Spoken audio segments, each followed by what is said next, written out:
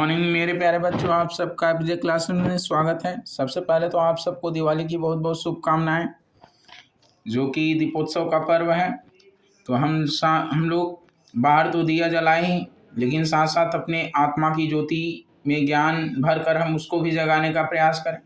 तो हम लोग बाह्य और आंतरिक दोनों ओर ज्योत जलाने का प्रयास करें।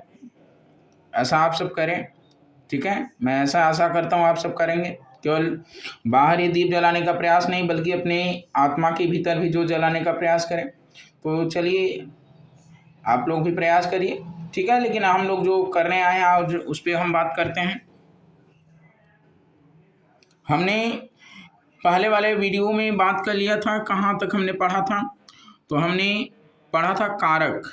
क्या पढ़ा था हमने? कारक, भूमि उपयोग को प्रभावित करने वाले कारक। तो हमने दो महत्वपूर्ण कारकों के बारे में पढ़ा था, एक भौतिक कारक और एक दूसरा आर्थिक एवं सामाजिक कारक। तो हमने आर्थिक एवं सामाजिक कारक पूरा पढ़ लिया है। आज हम पढ़ेंगे भारत में भू उपयोग प्रारूप, ठीक है। तो हम जरा देखते हैं भारत में भू उपयोग प्रारूप क्या है।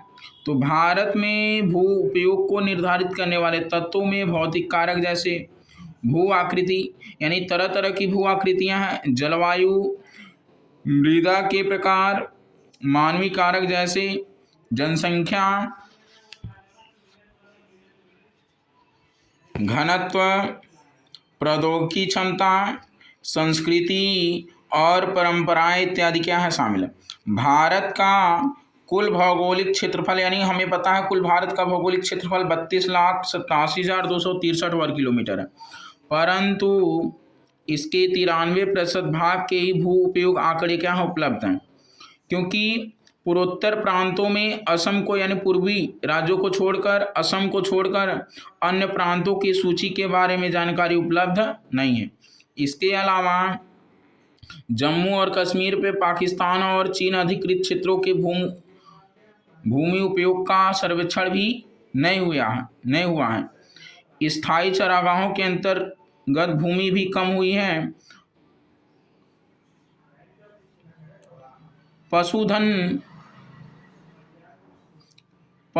की इतनी बड़ी संख्या के लिए चारा उपलब्ध कराने में कैसे समर्थ होंगे और इसके क्या परिणाम होंगे। वर्तमान प्रति भूमि के अतिरिक्त अन्य प्रति भूमि अनुपजाऊ हैं, यानी प्रति भूमि के अतिरिक्त और जो भूमि खाली है वो अनुपजाऊ है, और इन पर फसल उगाने के लिए कृषि लागत बहुत क्या है, ज़्यादा।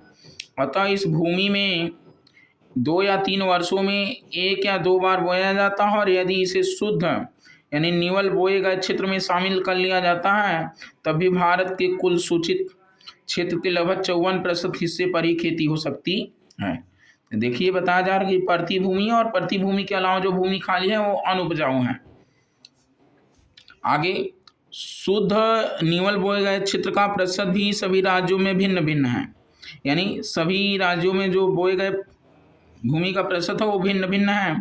पंजाब और हरियाणा में प्रतिशत भूमि पर खेती, यानी पंजाब और हरियाणा की बात करें तो वहाँ की भूमि पर 80% खेती होती है, परंतु अरुणाचल प्रदेश, मिजोरम, मणिपुर, अंडमान निकोबार द्वीप समूह 10% से भी कम क्षेत्र बोया जाता है। वही हरियाणा और हम पंजाब की बात करें तो वहाँ की भूमि क्षेत्र पर 80% खेती की जाती है। हमारे देश में राष्ट्रीय वन नीति 1952 द्वारा निर्धारित वनों के अंतर्गत 33% भौगोलिक क्षेत्र वांछित हैं, यानी हमारे देश में राष्ट्रीय वन नीति द्वारा निर्धारित वनों के अंतर्गत कितने प्रतिशत भौगोलिक क्षेत्र वांछित हैं? 33%। कितना? 33, ठीक है। 33% निर्धारित हैं। आगे हम देखते हैं, जिसकी तुलना में वन के अंतर्गत क्षेत्र काफी कम है। वन नीति द्वारा निर्धारित यह सीमा पारिस्थितिकी संतुलन बनाए रखने के लिए आवश्यक है। वन क्षेत्रों के आसपास रहने वाले लाखों लोगों की आजीविका है और इस पर निर्भर है, यानी जो वनों के आसपास रहने वाले लाखों लोग हैं उनकी आजीविका इसी वन पर क्या होती है? निर्भर होती है, यानी निर्भर करती। भू उपयोग का एक भाग बंजर भूमि और दूसरा गैर कृषि प्रयोजनों में लगाई गई भूमि कहलाता है। बंजर भूमि में पहाड़ी यानी बंजर भूमि यानी जहाँ कुछ उगाया नहीं जाता, जैसे चट्टानें, सूखी और मरुस्थलीय भूमि शामिल है। गैर कृषि प्रयोजनों में लगाई गई भूमि, जैसे गैर कृषि यानी जैसे बस्ती बसाने के लिए, सड़क बनाने के लिए, रेल लाइन बिछाने के लिए, उद्योग आदि लगाने के लिए, लंबे समय आगे तो लंबे समय तक लगातार भूप्रयोग के कारण भू संसाधनों का क्या हो रहा है, निम्नीकरण हो रहा है। इसके कारण समाज और पर्यावरण पर गंभीर आपदा आ सकती है। तो यानी इन सभी के कारण लगातार भू संसाधनों का निम्नीकरण यानी भूमि की कमी हो रही है। ठीक है,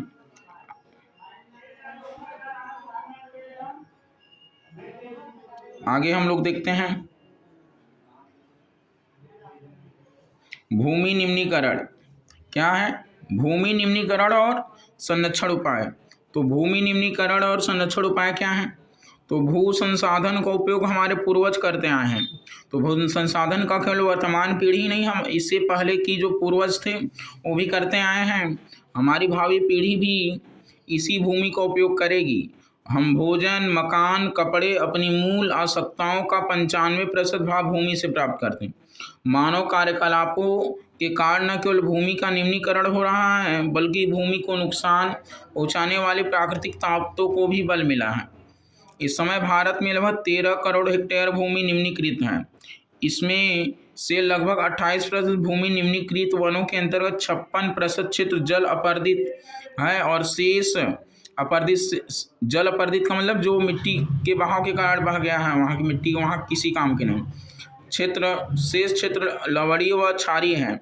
कुछ मानव क्रियाओं जैसे वनोन्मूलन यानी पेड़ों की कटाई, अति पशुचारण, खनन ने भी भूमि के निम्नीकरण में मुख्य भूमिका क्या की है, निभाई है। खनन के बाद खानों वाले स्थानों को गहरी खाइयों और मलबे के साथ खुला छोड़ दिया जाता है। खनन के चलते झारखंड, छत्तीसगढ़, मध्य प्रदेश, ओडिशा जैसे राज्यों में वनोन्मूलन भूमि निम्नीकरण का कारण बना है। गुजरात, राजस्थान, मध्य प्रदेश, महाराष्ट्र में अति पशुचारण भूमि निम्नीकरण का मुख्य कारण था। यानी अलग अलग राज्यों में अलग अलग कारण है भूमि निम्नीकरण। कहीं ठीक है, कहीं पशुचारण है तो कहीं वनोन्मूलन है। पंजाब, हरियाणा, पश्चिमी उत्तर प्रदेश जैसे राज्यों में अधिक सिंचाई भूमि निम्नीकरण के लिए उत्तरदायी है। तो पूछा जाएगा आपसे, पंजाब, हरियाणा और पश्चिमी उत्तर प्रदेश में भूमि निम्नीकरण के लिए कौन से कारक उत्तरदायी हैं? तो आपको बताना है अत्यधिक सिंचाई। बढ़ते हैं, तो आपसे पूछा जाएगा अलग अलग राज्यों में जो भूमि निम्नीकरण के कारण है वो अलग अलग कारक उत्तरदायी हैं। जैसे कि आपको याद रखना है झारखंड, छत्तीसगढ़, मध्य प्रदेश, उड़ीसा राज्यों में वनोन्मूलन का भूमि निम्नीकरण का मुख्य कारण है। वही हम बात करें गुजरात, राजस्थान, मध्य प्रदेश और महाराष्ट्र में तो अति पशुचारण भूमि निम्नीकरण का मुख्य कारण है। ठीक है, पंजाब, हरियाणा और पश्चिमी उत्तर प्रदेश जैसे राज्यों में अधिक सिंचाई भूमि निम्नीकरण के लिए क्या है, कारक उत्तरदायी है। तो ये आपको याद रहे, पंजाब, हरियाणा और पश्चिमी उत्तर प्रदेश राज्यों में अधिक सिंचाई भूमि निम्नीकरण के लिए क्या उत्तरदायी है। अति सिंचन से उत्पन्न जलाक्रांतता भी भूमि निम्नीकरण के लिए उत्तरदायी, जिससे मृदा में लवणीयता और क्षारीयता क्या हो जाती है, बढ़ जाती है। यानी मृदा में अत्यधिक सिंचाई से लवणीयता और क्षारीयता बढ़ जाती है। खनन क्रियाएं जैसे सीमेंट उद्योग में चूना पत्थर को पीसना और मृदा बर्तन उद्योग में चूने, खड़िया मृदा और सिलखड़ी के प्रयोग बहुत अधिक मात्रा में वायुमंडल में धूल विसर्जित होती है। ठीक है, वही हम बात करें खनन प्रक्रियाओं जैसे सीमेंट उद्योग में चूना पत्थर को पीसा जाता है, मृदा बर्तन उद्योग में चूना यानी खड़िया मृदा और सिलखड़ी के प्रयोग से बहुत अधिक मात्रा में वायुमंडल में धूल विसर्जित। जब इसकी परत भूमि पर जम जाती है तो मृदा की जल सोखने की प्रक्रिया क्या हो जाएगी, अवरुद्ध हो जाती है। यानी जब ये जो धूल उड़ता है इसकी एक परत जम जाएगी मृदा पर तो उसकी जल सोखने की प्रक्रिया अवरुद्ध हो जाती है। पिछले कुछ वर्षों से देश के विभिन्न भागों में औद्योगिक जल निकास से बाहर आने वाले अपशिष्ट पदार्थ भूमि और जल प्रदूषण का मुख्य स्रोत हैं। भूमि निम्नीकरण की समस्या के समाधान हेतु अनेक विधियां हैं। वनारोपण यानी वनों को लगाया जाए, चरागाहों का उचित प्रबंधन इससे कुछ हद तक मदद कर सकते हैं। पेड़ों की रक्षक मेखला बनाई जाए, यानी मेखला यानी घेराबंदी की जाए, आप सबको पता होगा। मेखला बनाई जाए। पशुचारण नियंत्रण, रेतीले टीलों को कांटेदार झाड़ियां लगाकर स्थिर बनाने की प्रक्रिया से भी भूमि कटाव की रोकथाम की जा सकती। बंजर भूमि के उचित प्रबंधन, खनन नियंत्रण, औद्योगिक जल को परिष्करण के पश्चात विसर्जित करके जल और भूमि प्रदूषण को क्या किया जा सकता है, कम किया जा सकता है। आगे हम लोग देखते हैं तो सामान्य भू उपयोग संवर्ग 1960-61 और 2014 और 15 का हम देखते हैं। तो अगर देखें तो 1960 और 61 की बात करें तो जो वन थे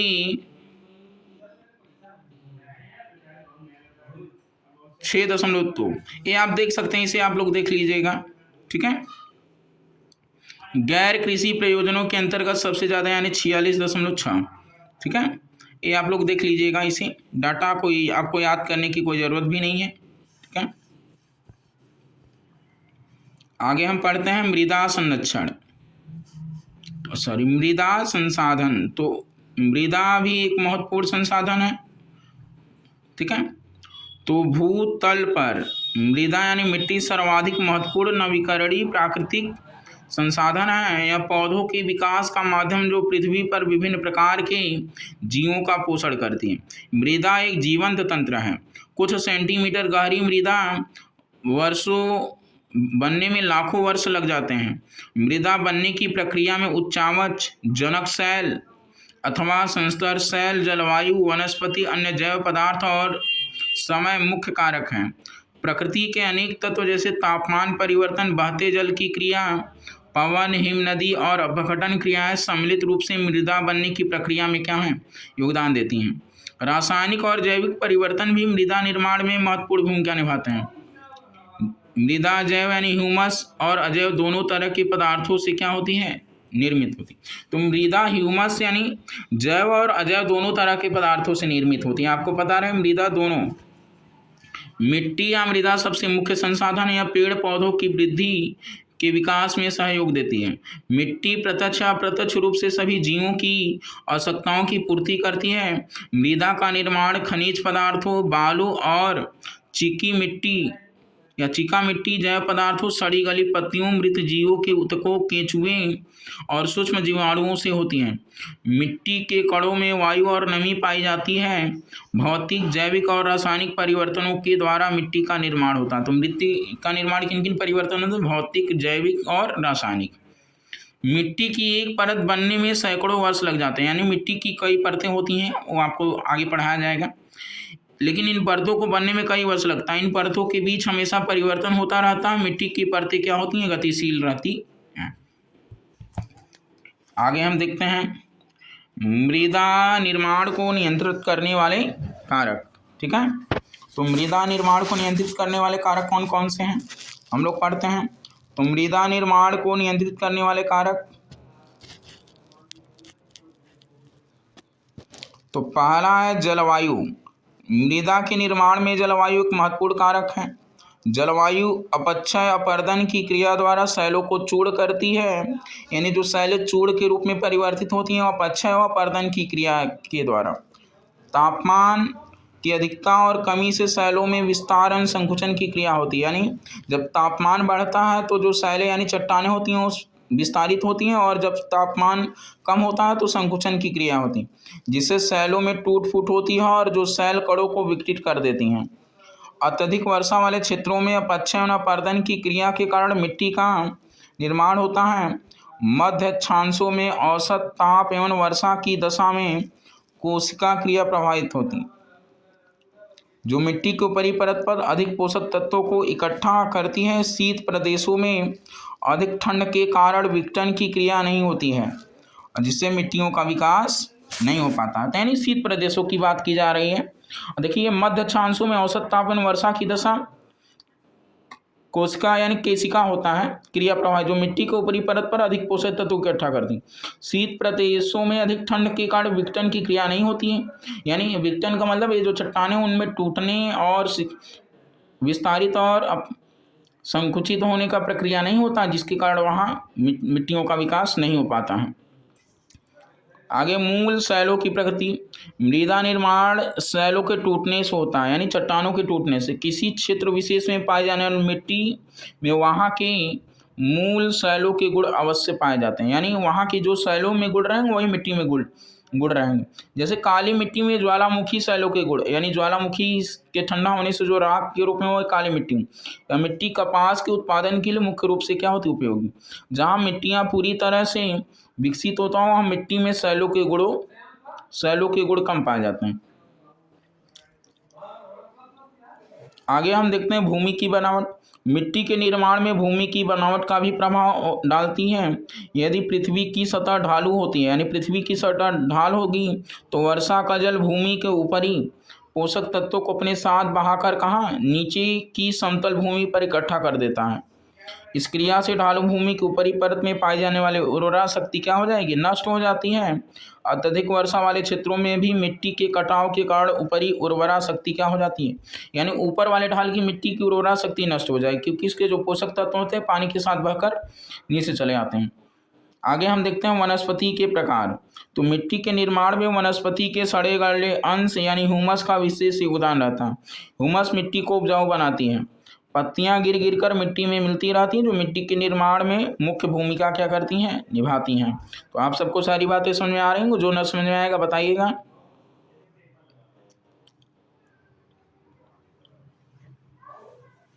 किसी भी देश का भौगोलिक अध्ययन करते समय वहाँ की मिट्टी का अध्ययन करना अत्यंत आवश्यक है, यानी हम किसी भी देश का भौगोलिक अध्ययन करते समय वहाँ की मिट्टी का अध्ययन करना अत्यंत आवश्यक है। मिट्टी का परोक्ष प्रभाव किसी भी देश की आर्थिक दशा पर पड़ता है। मिट्टी धरातल के 15 सेंटीमीटर गहरी मोटी उस परत को कहते हैं जिनसे पौधे अपना भोजन क्या करते हैं, ग्रहण करते हैं। वैसे तो मिट्टी की गहराई लगभग 3 मीटर से 6 मीटर मानी जाती, किंतु पौधों की जड़ों को आवश्यक भोजन खनिज लवण वनस्पति के सड़े गले अंश वायु और प्रकाश धरातल के ऊपरी सतह में ज़्यादा पाए जाते हैं।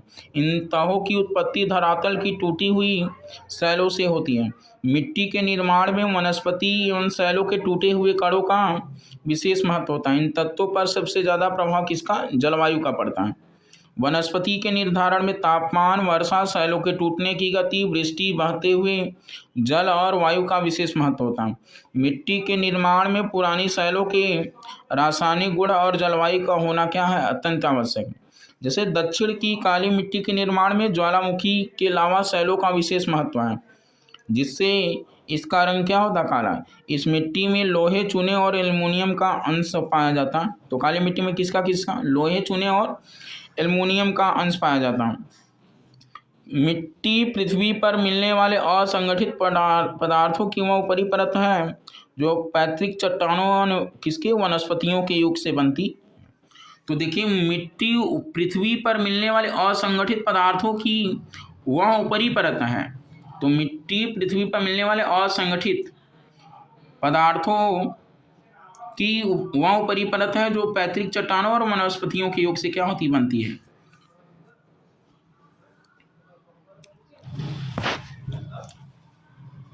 आगे हम देखते हैं एक्स्ट्रा पॉइंट्स। तो जैव संसाधनों की प्राप्ति किससे होती है, जीवमंडल से। जैव संसाधनों की प्राप्ति किससे, जीवमंडल से। इसमें मनुष्य, वनस्पति जात, मनुष्य, मत्स्य जीवन, पशुधन शामिल है। अजैव संसाधन निर्जीव वस्तुओं से बने होते हैं। तो जो जैव और अजैव संसाधन होते हैं, जैसे जैव में मनुष्य, वनस्पति जात, मत्स्य, पशुधन ये सब शामिल। अजैव वाले में निर्जीव होते हैं, चट्टानें और धातुएं। ऐसे संसाधन जिन्हें भौतिक, रासायनिक, यांत्रिक प्रक्रियाओं द्वारा नवीकृत या पुनः उत्पन्न किया जा सकता है, उसे नवीकरणीय योग्य अथवा पुनः पूर्ति योग्य संसाधन कहा जाता है। जैसे सौर ऊर्जा, पवन ऊर्जा, जल, वन एवं वन्य जीवन। तो क्या होते हैं, जिन्हें पुनः पूर्ति योग्य संसाधन कहा जाता है। सौर ऊर्जा, पवन ऊर्जा, जल, वन और वन्य जीवन। संचित कोश संसाधन भंडार का ही हिस्सा, जिन्हें उपलब्ध तकनीकी ज्ञान की सहायता से प्रयोग में लाया जा सकता है, परंतु इनका जो उपयोग तभी आरंभ नहीं हुआ है और ये अभी आरंभ नहीं हुआ। भारत का कुल भौगोलिक क्षेत्र हमने बताया 32,87,263 वर्ग किलो में, लेकिन इसके 93% भाग के भूपयोग आंकड़े क्या उपलब्ध हैं। भारत के कुल सूचित क्षेत्र के लगभग 54% हिस्से पर ही खेती हो सकती है। पंजाब और हरियाणा में 80% भूमि पर खेती होती है, परंतु अरुणाचल प्रदेश, मिजोरम, मणिपुर, अंडमान निकोबार द्वीप समूह में 10% से भी कम क्षेत्र में बुआई की जाती है। तो अलग अलग राज्यों में जो परसेंटेज है भूमि उपयोग का वो अलग अलग है। आगे हम पढ़ते हैं मिट्टी का वर्गीकरण, यानी मिट्टी कितने प्रकार की होती है। तो भारत की मिट्टी का वर्गीकरण हम लोग पढ़ेंगे। तो भारत में शैलों के स्वभाव में भिन्न भिन्न प्रकार की स्थानीय जलवायु के कारण अनेक प्रकार की मिट्टियां पाई जाती। तो अलग अलग जलवायु, स्थानीय जलवायु, हर जगह की स्थानीय जलवायु है, और जो अलग अलग स्थानों पर शैलों के स्वभाव भिन्न भिन्न प्रकार की हैं। तो पर हम अलग अलग प्रकार भारत में पाए जाने वाली मिट्टी, इसको 6 वर्गों में रखा गया। इन 6 को हम पढ़ेंगे। पहला जो हम वर्ग पढ़ेंगे मिट्टी, तो जिस प्रकार विषुवत रेखा से दूर चलने पर ताप और वर्षा की भिन्नता के कारण अलग अलग मिट्टी के कटिबंध मिलते हैं, यानी जैसे हम विषुवत रेखा से ध्रुवों की ओर जाते हैं तो वहाँ पर ताप और वर्षा की भिन्नता के कारण अलग अलग प्रकार की मिट्टी के कटिबंध मिलते हैं। उसी प्रकार पर्वतों के नीचे से ऊपर जाने पर कई प्रकार की मिट्टियाँ मिलती हैं। एक तो हमने पढ़ा विषुवत रेखा से दूर जाने पर, और एक है नीचे से ऊपर जाने पर कई प्रकार की मिट्टियाँ मिलती हैं। नीचे के ढाल पर भूरी मिट्टी, यानी पर्वत के नीचे के ढाल पर भूरी मिट्टी, इसके ऊपर हल्की भूरी मिट्टी, और पर्वतीय भाग पर भूरे रंग की जोली मिट्टी पाई जाती। भारत में लगभग 2 करोड़ हेक्टेयर क्षेत्र पर्वतीय मिट्टियों का क्या है विस्तार, यानी 2 करोड़ हेक्टेयर क्षेत्र पर कौन सी मिट्टियों का विस्तार है, पर्वतीय। हिमालय के पर्वतीय भाग में नवीन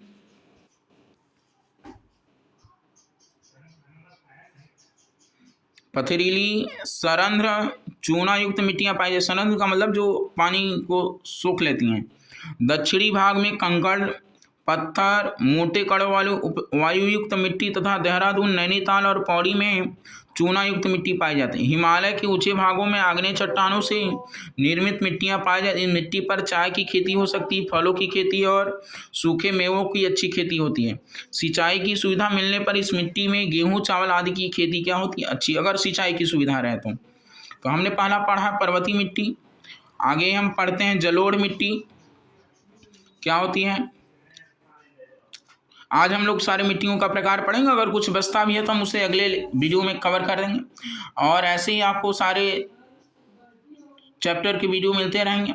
अच्छा, आप लोग ये जरूर बताइएगा कि मैं पूरे चैप्टर्स को डिटेल में पढ़ाऊँ या आपके बहुविकल्पी और अति लघु दीर्घ उत्तरी प्रश्नों को सारा हल करा दूँ। जैसा आप कहेंगे वैसा मैं करने के लिए तैयार हूँ, ठीक है। तो आगे हम पढ़ते हैं जलोढ़ मिट्टी, जो कि दूसरा प्रकार है। जलोढ़ मिट्टी क्या होता है, एलुवियल सॉइल। यह मिट्टी नदियों द्वारा लगी भूमि के संचय से बनी, यानी जब मिट्टी में धारा होती तो बहाव कर जो ले जाती है। यह नवीन और उपजाऊ मिट्टी है। यह मिट्टी का महत्व इसलिए है क्योंकि यह अत्यंत उपजाऊ और यह भारत के 7.7 लाख वर्ग किलोमीटर क्षेत्र में फैली है। भारत के विशाल उत्तरी मैदान में नदियों द्वारा पर्वतीय क्षेत्रों से बहाकर लाई गई जीवाश्म, यानी जो पर्वतीय क्षेत्रों से बहाकर लाई गई मिट्टियाँ नदियों के द्वारा उर्वरक मिट्टी मिलती, जिसे काप या कछारी कहते हैं, मिट्टी कहते हैं। यह मिट्टी देश के 40% भाग पर पाई जाती है। इस मिट्टी के निर्माण में गंगा, यमुना, सतलज नदियां महत्वपूर्ण भूमिका निभाती हैं। जलोढ़ मिट्टी पूर्वी तटीय मैदानों, विशेष रूप से महानदी, गोदावरी, कृष्णा, कावेरी नदियों के डेल्टाई प्रदेशों में सामान्य रूप से मिलती हैं। बाढ़ के समय नदियों के किनारे नवीन जलोढ़ मिट्टी का विस्तार अधिक हो जाता है। जिन भागों में बाढ़ का जल नहीं पहुंच पाता वहां पुरानी जलोढ़ मिट्टी पाई जाती है, यानी जहां पर बाढ़ का पानी पहुंच जाता वहां नवीन जलोढ़ मिट्टी पाई जाती है, और जहां पर नहीं पहुंच पाता वहां पुरानी जलोढ़ मिट्टी पाई, जिसे बांगर कहते हैं। यानी जो पुरानी जलोढ़ मिट्टी होती है उसे हम बांगर कहते हैं। नदियों की जिन भागों में नदियों द्वारा बहाकर लगी नवीन काप मिट्टी का जमा पाया जाए उसे खादर कहते हैं, ठीक है। तो नवीन जलोढ़ मिट्टी पुरानी जलोढ़ मिट्टी से ज़्यादा क्या होती है, उर्वरक यानी उपजाऊ होती हैं। तो आपको पता रहे बांगर क्या होता है। बांगर नदियों के आसपास का वह क्षेत्र जहाँ पर बाढ़ का पानी नहीं पहुँच पाता, वहाँ पुरानी जलोढ़ मिट्टी पाई जाती है, उसे हम बांगर कहते हैं। खादर क्या होता है? तो नदियों द्वारा बहाकर लाई गई नवीन काप मिट्टी का जहाँ जमा होता है उसे खादर कहते हैं। और नवीन जलोढ़ मिट्टी पुरानी जलोढ़ मिट्टी से ज़्यादा उर्वरक होती है। जलोढ़ मिट्टी ज़्यादा उर्वरक होती है, जिसमें सभी प्रकार के फसलों को उत्पन्न करने की क्या होती है? क्षमता। इस मिट्टी में चूना, पोटास, फास्फोरिक अम्ल अधिक मात्रा में पाए जाते हैं। इन मिट्टियों में नाइट्रोजन और जैविक पदार्थ कम मात्रा में पाए जाते हैं। तो पूछा जाए जलोढ़ मिट्टी में कौन से पदार्थ कम मात्रा में? नाइट्रोजन और जैविक पदार्थ। भारत की 50% जनसंख्या के लिए कृषि कार्य द्वारा भोजन इसी मिट्टी द्वारा उत्पन्न किया जाता है। इसमें गेहूं, गन्ना, चावल, तिलहन, तंबाकू, जूट की खेती बड़े पैमाने पर की जाती। आगे हम तीसरा प्रकार पढ़ते हैं मिट्टी।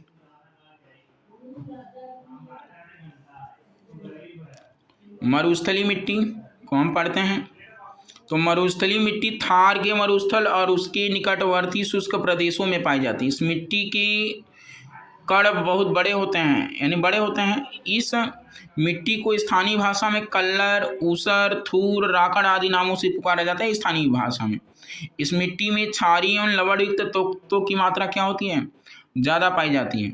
इस मिट्टी में जल ग्रहण करने की क्षमता नहीं होती, यानी इस मिट्टी में जल ग्रहण करने की क्षमता नहीं है। इस मिट्टी में जीवाश्मों का भी अभाव रहता है। इस मिट्टी का विस्तार 114 लाख हेक्टेयर पर है। इस मिट्टी के कण असंगठित नहीं होते हैं, जिससे वायु इसको एक स्थान से दूसरे स्थान पर, यानी आपस में बंधे नहीं होते हैं। और जैसे हवा चलता है तो देखिए बालू उड़ जाता है हवा के साथ। इस मिट्टी में वायु और प्रकाश का प्रवेश भी आसानी से हो जाता है। इस मिट्टी में उपजाऊ क्षमता कम होती है, परंतु सिंचाई के द्वारा इन मिट्टियों में ज्वार, बाजरा, मूंगफली, उड़द आदि फसलों की खेती की जाती है। इस मिट्टी का विस्तार पश्चिमी राजस्थान, गुजरात, दक्षिणी पंजाब, दक्षिणी पश्चिमी हरियाणा में पाया जाता है। तो ये राज्य हैं जहाँ पर इनका विस्तार पाया जाता है मरुस्थली मिट्टी का। आगे हम काली मिट्टी देखते हैं। काली मिट्टी क्या है? तो इस मिट्टी का निर्माण लावा, यानी लावा के पदार्थों से हुआ है। प्राचीन काल में दक्षिण के पठार में ज्वालामुखी के उद्गार से लावा बहकर धरातल, यानी तो बात की जा रही प्राचीन काल में दक्षिण के पठार में ज्वालामुखी के उद्गार से लावा बहकर धरातल के ऊपर फैल गया और ठंडा होकर वो ठोस के रूप में क्या हो गया? जम गया, जो आज काली मिट्टी के रूप में क्या हो गया? स्पष्ट हो गया। इस मिट्टी को काली मिट्टी या रेगुर मिट्टी भी पूछा जाए आपको, काली मिट्टी को अन्य किस नाम से, तो रेगुर मिट्टी के नाम से जाना जाता है। इस मिट्टी में नमी धारण करने की क्षमता क्या होती है? अधिक होती है। इसमें लोहा, फास्फोरस, चूना, मैग्नीशियम, एल्युमिनियम, जीवांश के तत्वों की मात्रा अधिक पाई जाती है। इस मिट्टी का विस्तार लगभग 5.1 लाख वर्ग किलोमीटर क्षेत्र में महाराष्ट्र, सौराष्ट्र यानी गुजरात, मालवा, दक्षिण मध्य प्रदेश, मालवा के पठार और दक्षिण मध्य प्रदेश के पठारी भागों में यह मिट्टी विस्तृत। इस मिट्टी का विस्तार दक्षिण में गोदावरी तथा कृष्णा नदियों की घाटियों में मिलता है। इस मिट्टी के निर्माण में जलवायु दशाएं भी महत्वपूर्ण। इस कारण इस मिट्टी का विस्तार लावा पठार के अलावा अन्य जगहों पर भी होता है। इस प्रकार की मिट्टी कपास की कृषि के लिए सबसे उपयुक्त मानी जाती है, यानी काली मिट्टी सबसे उपयुक्त किसके लिए मानी जाती है? तो कपास के लिए, इसलिए इसे कपास की काली मिट्टी कहते हैं। पानी पड़ते ही यह मिट्टी चिपचिपी हो जाती है। लसदार होने के कारण इसमें नमी काफ़ी समय तक बनी रहती है, इसलिए इस मिट्टी में सिंचाई की आवश्यकता कम होती है। इस मिट्टी में कुछ दोष भी हैं। सूखने पर यह मिट्टी बहुत कड़ी होकर फट जाती है, यानी दरारें पड़ जाती हैं, जिससे भूमि में दरार पड़ जाती है। इस तरह की स्थिति में हल चलाना क्या हो जाता है? कठिन हो जाता है, यानी जब दरार पड़ जाता है तो वहाँ हल चलाना कठिन हो जाता है। उर्वरता के कारण मिट्टी सबसे ज़्यादा उपयोगी है। इसमें बिना खाद डाले ही खेती की जा सकती है। तो पूछा जाए बिना खाद डाले किस मिट्टी में खेती की जा सकती है, तो ऐसी कौन सी मिट्टी है? तो काली मिट्टी। आप सबको ये पता रहे मिट्टी 6 प्रकार का हमने बताया मुख्यतः। पहला पर्वती, जलोढ़, ठीक है, और आपको हमने सारी मिट्टियों का प्रकार बता दिया है। और देख लीजिए मरुस्थली, काली, लाल पीली, लेटराइट मृदा। तो पर्वती, जलोढ़, ठीक है, मरुस्थली, काली, लाल पीली और लेटराइट मृदा, ये आपको पता रहे मिट्टी के 6 प्रकार। तो 6 एक बार हमारे साथ रिपीट करिए। तो पहला हमें बताना है पर्वतीय मिट्टी, ठीक है, जलोढ़ मिट्टी, मरुस्थली, काली मिट्टी, लाल या पीली मिट्टी और लेटराइट मृदा, यानी लेटराइट मिट्टी कहते हैं जिसको, ठीक है ना। तो आपको ये 6 प्रकार पता रहे। पहला नंबर पे पर्वतीय, दूसरे पर जलोढ़, तीसरे पर मरुस्थली, चौथे पर काली मिट्टी, पांचवें पर लाल या पीली मिट्टी और छठवें पर लेटराइट, और एक और 7वां जोड़ गया है जिसको वन मृदा कहते हैं। खैर, लेकिन हमें मुख्यतः 6 नाम याद रहे कौन कौन से, ठीक है। ये 6 नाम आपको पता होने चाहिए कौन कौन सी मृदा हैं। तो आगे हम पढ़ते हैं लाल या पीली मिट्टी।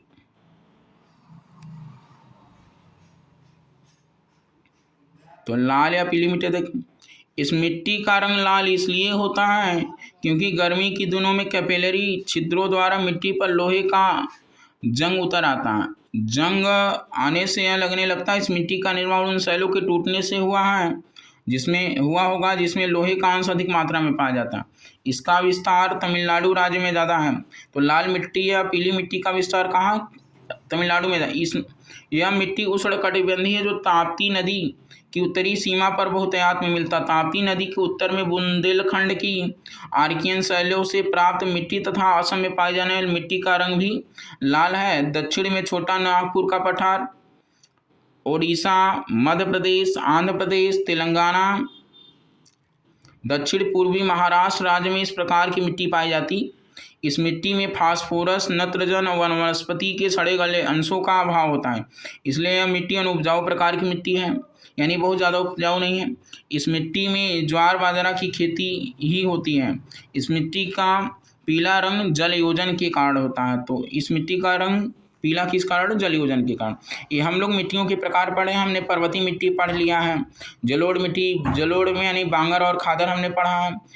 तराई वाला भी इसमें नहीं दिया तो उसको नहीं जानना आपको। बाकी हमने पर्वतीय पढ़ लिया, जलोढ़ पढ़ लिया और हमने मरुस्थली पढ़ लिया है, काली मिट्टी पढ़ लिया है, लाल या पीली मिट्टी पढ़ लिया, लेटराइट अब पढ़ने जा रहे हैं, ठीक है। आज हम लोग सारी ये मृदा के प्रकारों को पढ़ेंगे। अगला हम पढ़ेंगे लेटराइट मिट्टी। लेटराइट मिट्टी का रंग लाल और हल्का पीला होता है। यह मिट्टी बड़े कण वाली होती है। इस मिट्टी में कंकड़ और पत्थर के टुकड़े अधिक मात्रा में पाए जाते हैं। यह मिट्टी अनुपजाऊ प्रकार की है, इसलिए लेटराइट मिट्टी के प्रदेशों में जनसंख्या और वनस्पति का क्या रहता अभाव, यानी इस प्रकार की मिट्टी जहाँ पाई जाती है वहाँ उन प्रदेशों में जनसंख्या और वनस्पति का क्या रहता अभाव रहता है, क्योंकि यह मिट्टी क्या है? अनुपजाऊ है, लेटराइट मिट्टी। तो इस मिट्टी का रंग हल्का लाल और पीला होता है। इस लेटराइट मिट्टी में मैग्नीशियम, नाइट्रोजन और चूने का अभाव रहता है, जो कि पौधों का मुख्य भोजन है। तो मैग्नीशियम, नाइट्रोजन, चूने का अभाव रहता है, ये जो है पौधों का मुख्य भोजन है। तो लेटराइट मिट्टी दक्षिणी के पठार पहाड़ियों की मुख्य मिट्टी है। इस प्रकार की मिट्टी उष्णकटिबंध के उन भागों में ज़्यादा पाई जाती है जहाँ मानसूनी वर्षा क्या होती है? अधिक वर्षा की वजह से मिट्टी में पाई जाने वाली सिलिका पानी के साथ बह जाती है। इसमें एल्युमिनियम, आयरन ऑक्साइड, मैग्नीशियम का अंश ज़्यादा पाए जाते हैं। मध्य प्रदेश के पूर्वी घाट, मालाबार तट, दक्षिणी मध्य महाराष्ट्र, उड़ीसा, राजमहल और असम में यह मिट्टी पाई जाती है। जुताई और खाद का इस्तेमाल करके इसमें ज्वार, बाजरा, गेहूं, दलहन आदि की फसलें उत्पन्न की जाती हैं। यह मिट्टी के भारत के 8 लाख वर्ग किलोमीटर क्षेत्र पर क्या है? फैली हुई है।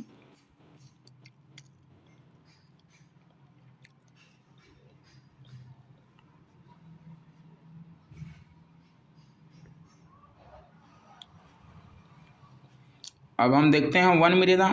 तो प्रायः इस प्रकार की मृदा पहाड़ी पर्वतीय क्षेत्रों में पाई जाती है, यानी वन मृदा ये पहाड़ी और पर्वतीय क्षेत्रों में जहाँ पर्याप्त वर्षा वन उपलब्ध है। वन मृदा के गठन में पर्वतीय पर्यावरण के अनुसार बदलाव आता है। नदी घाटियों में मृदाएं दोमट और सिल्टदार होती हैं, परंतु ऊपरी ढालों पर इनका गठन मोटे कणों का होता है। हिमालय के हिमाच्छादित क्षेत्रों में इन मृदाओं का बहुत अपर्दन होता है और ये अधिशिलिक या ह्यूमस रहित होती हैं, यानी इनमें ह्यूमस नहीं पाया जाता। नदी घाटियों के निचले क्षेत्रों विशेषकर नदी सोपानों और जलोढ़ पंखों आदि में ये मृदाएं क्या होती हैं? उपजाऊ होती हैं। तो आज हम लोग यहीं तक पढ़ते हैं या समाप्ति कर दें, आज इसको खत्म ही हो जाए।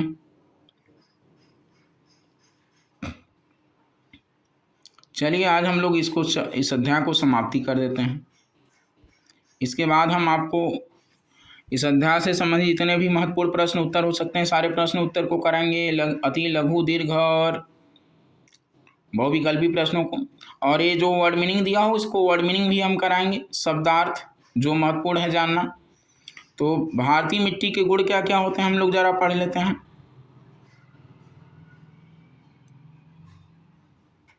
तो भारतीय मिट्टी के गुण, तो भारत में पाए जाने मिट्टियों में निम्न गुण पाए जाते हैं। भारत में पाए जाने वाले पर्वतीय मिट्टी के भूरे रंग की मिश्रित उर्वरक मिट्टी होती है जिसमें चावल और चाय की अच्छी खेती होती है। दूसरा, भारत में पाई जाने वाली जलोढ़ मिट्टी में पोटाश, चूना व फास्फोरस की मात्रा अधिक पाई जाती है जो अपनी उर्वरा शक्ति के लिए विश्व में क्या है प्रसिद्ध है।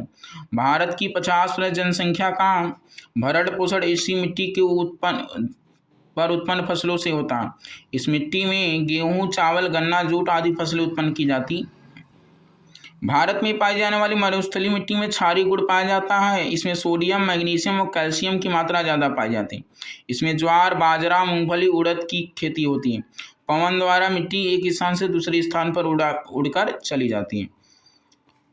भारत में पाई जाने वाली काली मिट्टी का निर्माण ज्वालामुखी के उद्गार से निकले लावा से हुआ है, ये पता है सबको, इसलिए यह मिट्टी उपजाऊ है।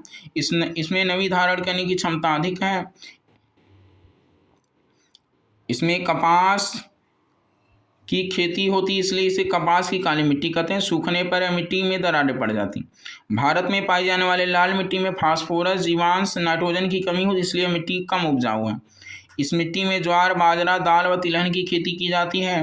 भारत में पाई जाने वाले लेटराइट मिट्टी का रंग पीला होता है, ठीक है ना। तो लेटराइट मिट्टी का रंग हल्का पीला या पीला कह सकते हैं। लेटराइट मिट्टी कम उपजाऊ होती है। इसमें मोटे अनाज जैसे चाय, रबड़, काजू, कहवा और गन्ने की खेती की जाती है, ठीक है ना, मोटे अनाज। भारत में अधिक वर्षा वाले भागों में मिट्टी का अपरदन तेजी से होता है यानी कटाव। भारत के मैदानी भागों में मिट्टी का अपरदन तेजी से, मरुस्थलीय भागों में मिट्टी के अपरदन में वायु की भूमिका सबसे महत्वपूर्ण होती है। भारत में ज़्यादातर समय ऊंचा तापमान पाया जाता है जिससे मिट्टियों का भौतिक और रासायनिक विघटन होता रहता है।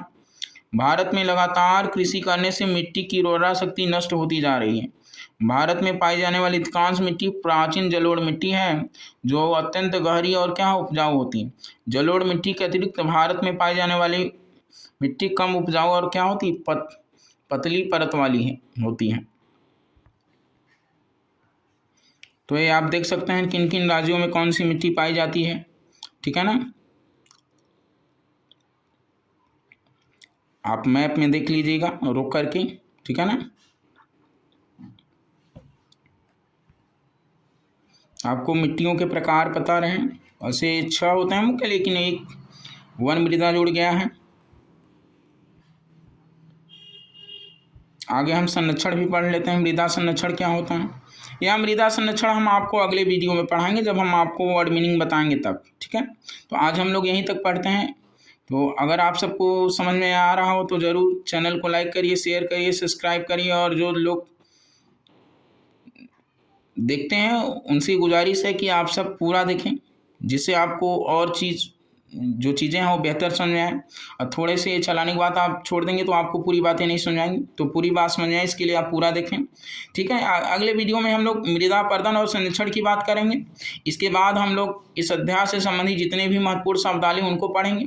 इसके बाद हम आपके लिए लाएंगे बहुविकल्पी प्रश्न। इस अध्याय से महत्वपूर्ण जितने भी बहुविकल्पी बन सकते हैं।